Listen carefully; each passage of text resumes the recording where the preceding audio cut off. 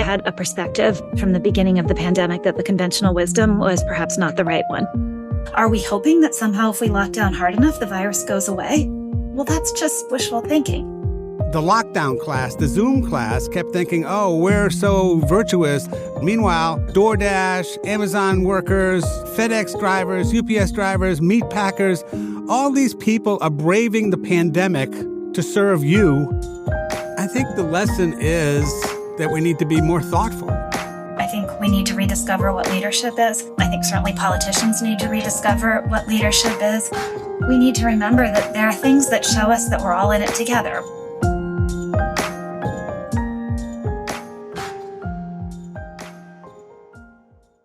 That's Bethany McLean and Joe Nocera, co-authors of the new book, The Big Fail, about the societal and business lessons of the pandemic. I'm Bob Safian, former editor of Fast Company, founder of the Flux Group, and host of Masters of Scale Rapid Response. I wanted to talk with Bethany and Joe because as we move to a post-pandemic era, it's imperative that we apply what we learned through the challenging times. What Bethany and Joe are focused on is that perhaps the lessons we've anchored on aren't really the right lessons at all. Whether you accept everything they say, their emphasis on a clear-eyed, fact-based approach and on the trade-offs involved in any high-risk situation are instructive for any business leader. Let's listen in.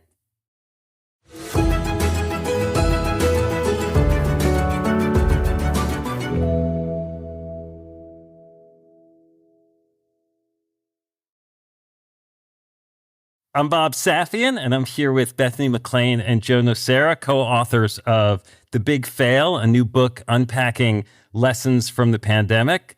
Bethany, Joe, great to have you with us. Nice to see you, Bob. It's been a while. Great to be here, Bob. So we all worked together at Fortune back in the day, and since then the two of you have collaborated on several big projects. Bethany was co-author of The Smartest Guys in the Room, the definitive Enron book, which Joe helped to edit. You then co-wrote All the Devils Are Here about the financial crisis. What prompted you to take on pandemic lessons? Like, Bethany, did you get a call from Joe at some point saying, we've got to do this? Joe and I have written our books about big things, big events that are at least in part economic calamities. And this was that. And I think I also had a perspective from the beginning of the pandemic that the conventional wisdom was perhaps not the right one. I think I did call you up and say, we have to do this. Bethany's very data-oriented. And, you know, she was looking at data and she was saying, this doesn't seem right. These numbers seem wrong, you know. And she was actually tweeting some of this stuff. And she was getting a lot of blowback. And so I was persuaded by Bethany. We had a really good human story. And we also had a really good unconventional wisdom story. It was like, oh, I'm all in. How did you guys approach looking at this differently from the way maybe some others have looked at this landscape? One of the topics I've gotten fascinated with over the last couple of decades of writing about business, and it's been a slow evolution, has been where capitalism works and where it fails. And so to me, the pandemic was an opportunity to step back and also see what was working in capitalism and what wasn't, where it was making our society more fragile. The pandemic both highlighted and exacerbated those failings. We decided to look at it through the prism of institutions that were at the dead center of the pandemic, particularly hospitals and nursing homes. And so nursing homes have basically been taken over by private equity, and hospitals have become for-profit, the big ones anyway. And then I had a particular obsession with school closings and lockdowns, that they exacerbated income inequality, but nobody was talking about that. You brought up lockdowns, which were devastating financially, required extreme government intervention to sort of restart these things in ways that we're still feeling the effects all over the economy. And you're skeptical, though, that it was worth it, right? Which seems to almost be a political argument today. You're not necessarily making it as a political argument. No, not in the least. No. Okay, so now you got me going. There's two things going on here. The first is that the lockdown class, the Zoom class, kept thinking, oh, we're so virtuous, locking down. Meanwhile, DoorDash, Amazon workers, FedEx drivers, UPS drivers, meat packers, all these people are braving the pandemic to serve you in your virtuous lockdown mode. That's one thing that drove me nuts. But the other thing is they don't work. That's what Bethany started to turn me on to very early on. They don't work. If you look at countries that locked down versus countries that didn't lock down, you can't tell which is which. You absolutely can't. I was skeptical from the beginning because of the very clear damage that lockdowns were doing in exacerbating inequality. And my sister, who's a doctor, kept asking what I thought was the obvious question, which is, what's the end result? What happens when you lift the lockdown? And well, as we all know now from China, you lift the lockdown and the virus comes back. And so what's the end goal of locking down? Are we creating hospital capacity? Okay, if we don't need to do that, are we hoping that somehow if we lock down hard enough, the virus goes away? Well, that's just wishful thinking. I don't blame the epidemiologists at all. I mean, their job is to say, here's what you need to do to protect the society to the extent that you can. I blame the politicians. It's the job of the politicians not just to accept what they say, but to gauge risk versus reward, to say, okay, I've also got an economy to deal with. I've got school kids to deal with. I've got all these things that I need to balance. I don't want to put 1 million small businesses out of business. What do I do to balance it? And, I mean, there is an answer. The heroes of our book, they're the guys who wrote the great Barrington Declaration. And their view was you protect the elderly and the immunocompromised, and you let everybody else live their life. When you get down to little kids, I mean, very, very few little kids truly got sick from COVID. So, the idea that you try and let the society coexist with the disease to the extent possible is, in the end, what I think was the right answer. Reading over your book, it was bracing in some ways to go back to those days because it was so scary and painful at the time it was going through. And I think some of these decisions were made because leaders felt like we have to do something, not necessarily knowing what that something should be. The goal of your book in some ways is to try to get people to look at the pandemic more clearly so that next time we're not quite panicking the same way in the moment. I have all the sympathy in the world for panicking in the moment. You're right. We did panic in the moment, and you can argue that was the right thing to do. And maybe we could have even panicked a little more quickly. But then as the data starts to become clear, the fact that there were still kids out of school a couple of years later, I mean, that's where it gets insane. The evidence was really clear already that if kids miss school, particularly underprivileged children, the effect on them is absolutely devastating. And so there is an obligation at some point to say, what are we doing here? Who's suffering? Who's not suffering? Who's paying the price of this? And does this really make sense? And instead, we got so bogged down in political partisanship that nobody was willing to do that, and we forgot how to listen to each other. We need to remember how to listen to each other and not dismiss people with views we don't like as crazy people. And then the other lesson is that leaders need to be leaders, and that means not hiding behind other people. And our leaders hid behind epidemiologists in the crisis, and they've hidden behind the gods of the market for the last number of decades and refused to do things like say, maybe it doesn't make sense to let this hospital be sold to a private equity firm because we understand that a private equity firm's sole duty is to its shareholders. And maybe when it comes to people's health, we need to have another value at work.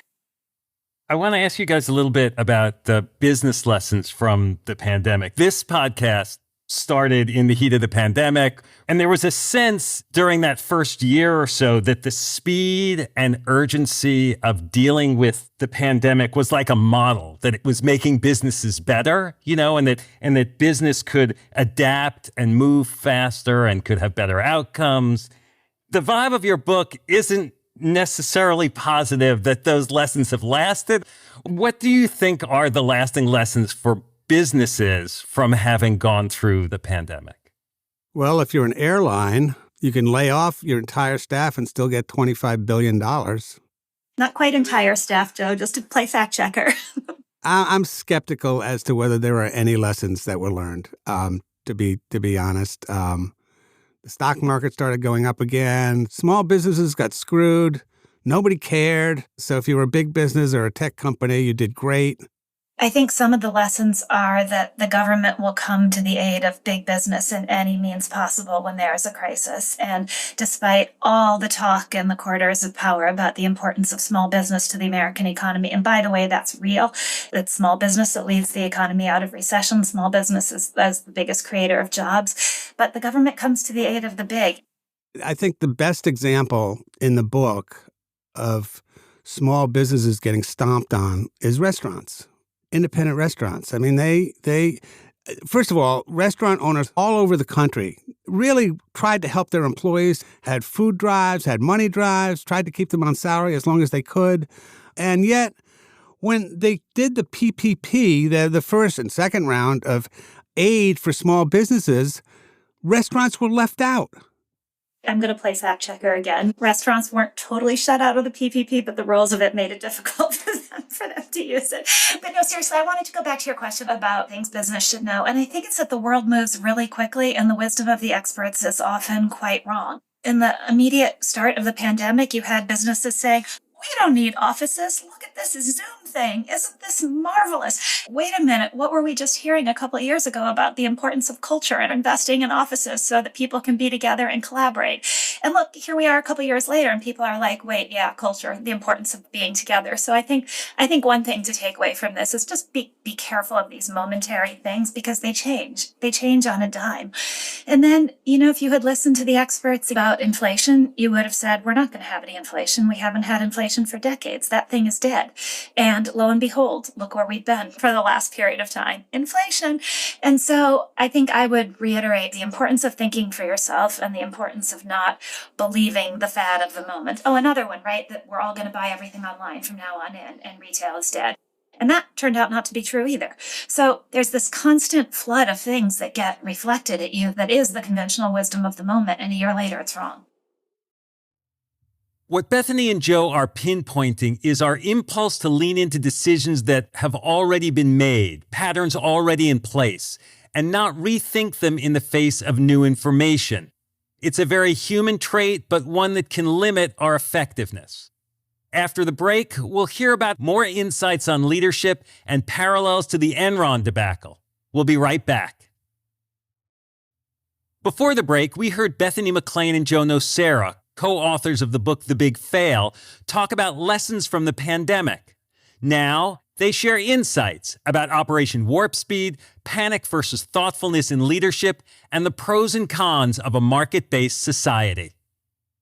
It sounds like the lessons that bigger businesses could get from all of this is like, I don't have to worry about risk so much because someone's going to take care of me, in a way that smaller businesses maybe don't have that safety net.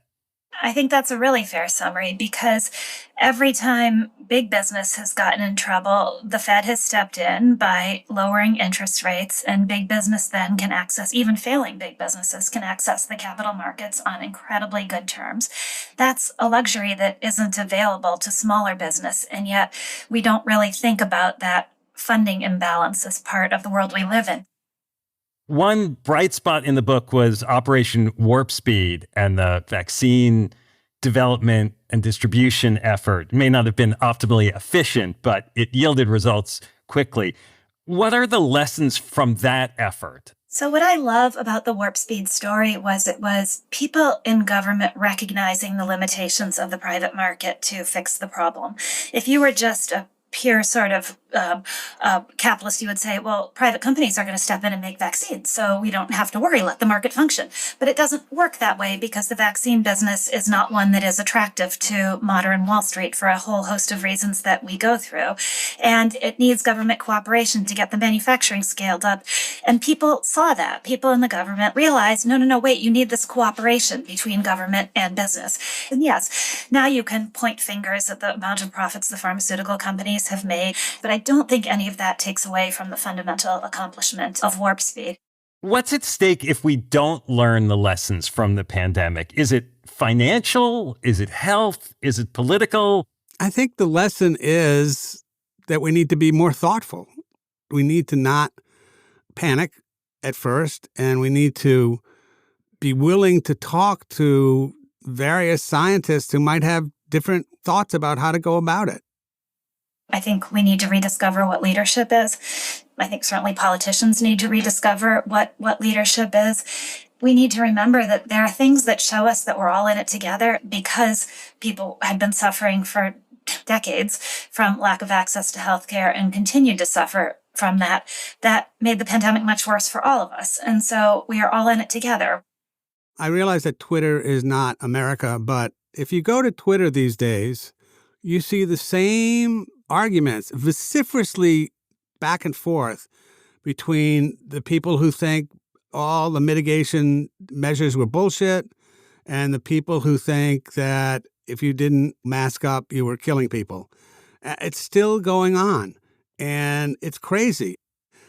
There hasn't been enough science around what works and what doesn't. There's been very little science around what works and what doesn't. And so here we are 3-4 years later arguing about whether masks work or not. I guess I would add to that, there is no pandemic plan in the sense that there has to be flexibility built into it. If you had argued we should take the plan for influenza and applied it to COVID, you would have been wrong. Influenza is spread in schools. Schools are super spreaders, and kids did die during the 1918 flu. It's different. So you can't say that because we prepared for that pandemic, we should take those lessons and use them for the next pandemic. You have to look at what's actually happening. We all know the phrase, follow the science, right? Which seemed to imply that science was this settled thing, that it was truth with a capital T. Science is a set of assumptions that then you continue to look at the evidence that's coming in the real world, and you say, is that assumption valid or is it not valid? And if it's not valid, then you change your mind. And so this idea that everything has to be settled and there needs to be truth with a capital T and the plan needs to be decided on, and then we just march through that without looking at what's happening. That doesn't work that way. That's not life. There is an irony, right, that at the very start of the pandemic, there was incredible nimbleness in embracing lockdowns, even if it may not ultimately have been the ideal solution. And yet once that one decision was made, like, you didn't see the nimbleness sustained, and we didn't continue to sort of rethink. And it's curious why we can't keep moving at the pace that we did at the beginning, be open in that way. Well, I mean, the real answer is that the initial move to lockdown was built around panic. Yes, it was important to do something. And I'm not against locking down at the beginning because you're trying to keep the hospitals from being overwhelmed. But if you're thinking about it the right way, you're saying, okay, we're only going to do this for like 5 weeks and then we'll stop it. So you guys have worked on other books that were dealing with big seminal moments in American society and in business. And you pointed out things that you thought should change. When you look at this book, are you more optimistic that there will be positive changes going forward? Are you less optimistic? I actually think I have gotten more cynical over the years about the ability for anything to change. In the wake of Enron, we talked about corporate governance and we talked about short-termism and how important it was for business to have a more long-term view. That worked.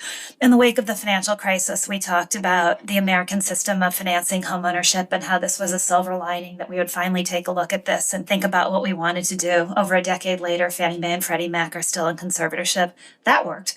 So I don't know. I'd love to say we're going to go forward with a different view, that we're going to take a look at private equities. The next time a private equity firm is about to buy a nursing home or a hospital, the regulators in charge are going to say, that didn't pan out so well last time. Maybe we're not going to do that. Will they? I don't know. Your guess is as good as mine. I do think that one big obvious lesson is that private equity and that the market shouldn't be controlling what happens in the healthcare system. The market is make more money every quarter, or if you're a private equity firm, pull money out of these nursing homes for our investors, when in fact they need more money, they need more help. The thing I'm encouraged by, I do think that the nursing home issue, the private equity issue really came to the fore during the pandemic. And you did see people trying to claw back some money just to call them on it.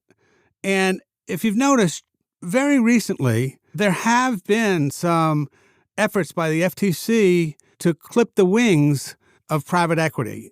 Whatever private equity used to do that was useful to society, No, not anymore. They just want to pull money out. And the nursing homes are a horrible, horrible example of that. I actually am a little bit more of a believer, I think, in the market than Joe is. I kind of have Winston Churchill's old mantra about democracy in mind, the worst system ever, with the possible exception of everything else that's ever been designed. And I feel that way about capitalism, too. But I do think the lesson is that you need to look really carefully at the structure of the market, because all markets aren't created equally.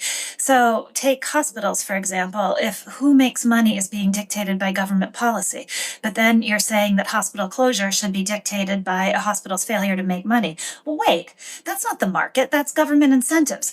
And the same, I think, is true about the presence of private equity in an industry. Are their incentives aligned with those of other stakeholders? And if they're not, then you need to think twice about that. And so my view is just more thoughtfulness about when the market is functioning and when it's not. I don't necessarily disagree with that. We thought a lot about this idea during the process of finishing the book. Maybe I've come out in a more nuanced place, and maybe you have too, so maybe we sound like we agree now. Well, this has been great. Thank you, guys. Ton of fun. Thank you, Bob. Thanks for having us. Listening to Joe and Bethany, I find myself torn between my own settled thoughts about COVID lockdowns and the strongly held analysis in their book. What I take away is a renewed imperative to check our own assumptions. Pixar founder Ed Catmull told me recently that he's learned that half of all the things he's absolutely certain of are dead wrong, but he'll never know which half is which. To really grow requires humility and openness, even to people and ideas that seem outlandish. I'm Bob Safian. Thanks for listening. Masters of Scale Rapid Response is a Wait What original. I'm Bob Safian, your host and Masters of Scale's editor-at-large. Our executive producer is Chris McLeod. Our producers are Chris Gauthier, Adam Skuse, Alex Morris, Tucker Ligursky, and Masha Makotonina. Our music director is Ryan Holiday.